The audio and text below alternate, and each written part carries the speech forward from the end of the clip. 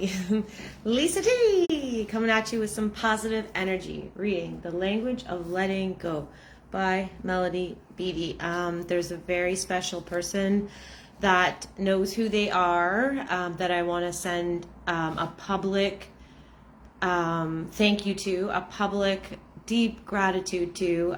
This person acknowledged me for the way that I put myself out there, and the way that I have it in my heart to just help others and give of myself for the good of others. This person acknowledged just the spirit inside of me and acknowledged that it needed to be acknowledged, and gave me a very special gift, and I just wanted to thank that person so very much from the bottom of my heart. Thank you for seeing me, and for seeing me. So thank you. Okay, anyways, now on to business. The Language of Letting Go by Beattie. So we are reading 25th. Yes, June 25th. June 25. Withholding. This one's gonna make me cry. I just know it. I can feel it. Withholding. And the reason I even just off that title is because I've only learned in the last couple of years how to really fully be honest with myself and to be fully transparent with myself to the world. And when I'm withholding these days, because I've learned how to be honest with myself and learned how to deliver that to the world. When I'm withholding a piece of my truth, when I'm withholding some of myself, when I'm withholding my honesty about like my experience in a situation, when I'm withholding, I feel pain. I'm convicted by God because I can feel it. Something doesn't feel right inside of me. I start to feel the anxieties, the crazies, the people pleasing. I start to feel and experience the mental dialogue. So first I feel uncomfortable, and then I start to experience the mental dialogue of like, oh God, they're going to be mad at me, or oh no, I've done the wrong thing, or this isn't going to work out, or any like negative, it's just period negative talking. So when I experience that these days, because of what I've learned in the recent past, when I experience that these days, I can now know, oh, I'm withholding something. I'm not being my authentic self in this moment.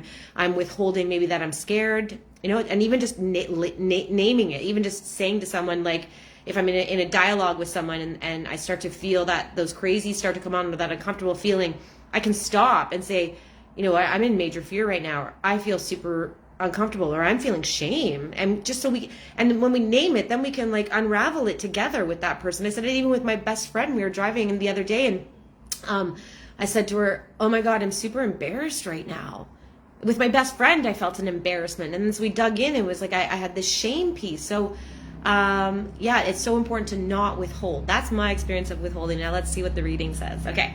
Sometimes to protect ourselves, we close ourselves off from a person we're in a relationship with. Yeah, and close ourselves off by not being vulnerable, by not expressing what's actually going on inside of us. So sometimes to protect ourselves, and we've done it to protect ourselves, we close ourselves off from a person we're in a relationship with. Our body may be present, but we're not. Thinking about something else, worried about what they're thinking, worried about if you made them happy or not, worried if they like how you look, worried if they're going to be mad at you in the future, worried about the tone in their that if you're there, if you're in that stuff, then you're in your head and you're there in your body, but not in your mind. So our body may be present, but we're not available to participate in the relationship from that present moment. I always like to say to myself, what is this moment asking of me now? Like, so I'm in a moment at work with a client. I'm like, what does this moment need of me right now? Oh, it needs me to be present. It needs me to focus on this client. It needs me to let go of my dramas in my head. What is this moment? So you can be at the grocery store. What does this moment require? You can hop in your car. What is this moment requiring of me now? Most of the time it's simple. It's just presence.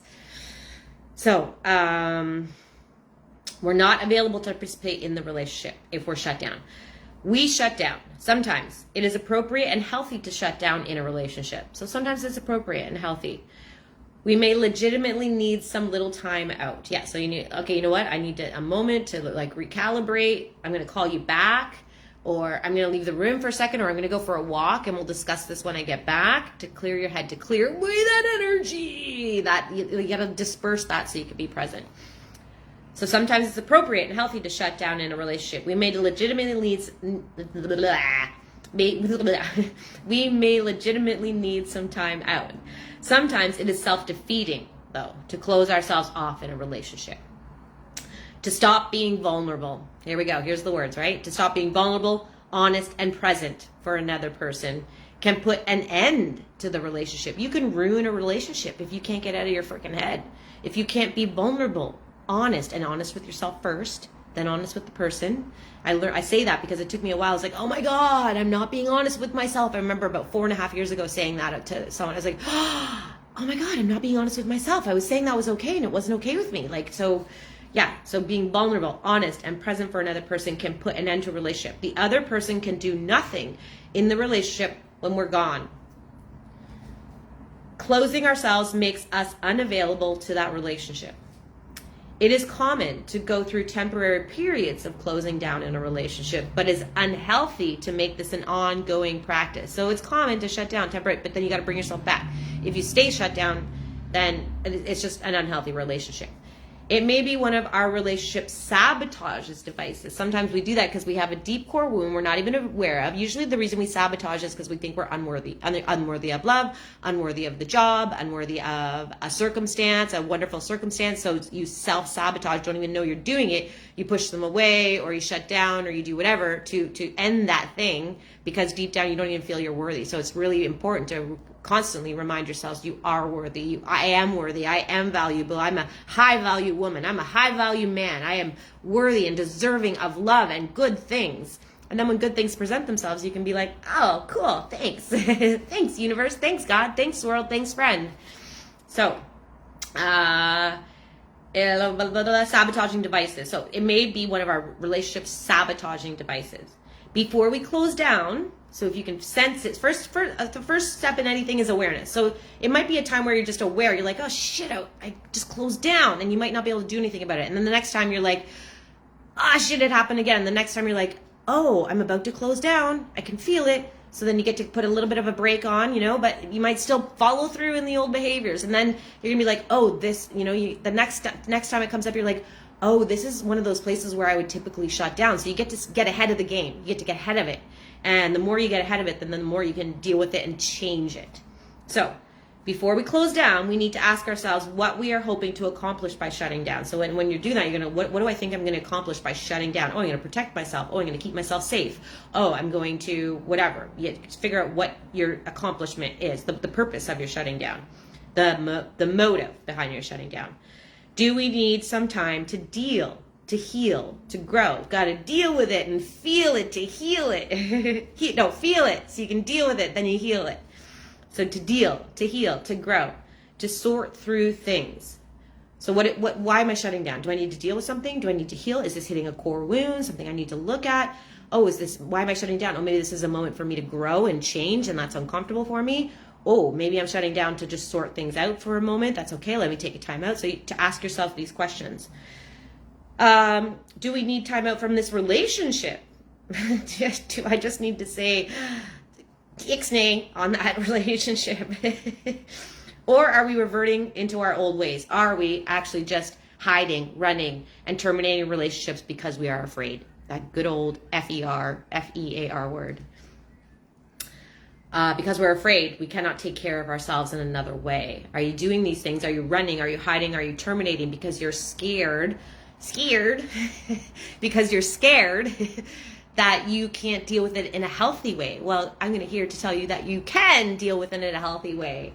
That's what we're learning about. Do we need to shut down because the other person truly isn't safe and maybe is manipulating us? Maybe we actually need to shut down because we're setting a boundary and we need to actually walk away from this person because this person isn't safe or is manipulating us, lying or acting out addictively or abusively. Are we shutting down because the other person has shut down and we no longer want to be available? I was in a relationship a little while ago, and it was a very we're only kind of dating. I was in the relationship mentally, he wasn't. but I was really aware of myself shutting down, and I started to lose my voice, and I was just kind of going with the flow, and then I was following in his trajectory, and it felt horrible. And I eventually saw that I was being emotionally abused, and once I was able to call that, then I knew, I need to shut this down. It needed to be shut down. So you might be shutting down for a very good reason, because the whole situation needs to be shut down. Shutting down, shutting off, closing ourselves, and removing our emotional presence from a relationship is a powerful tool. Power. That's what we're looking for, power. We need to use it carefully and responsibly.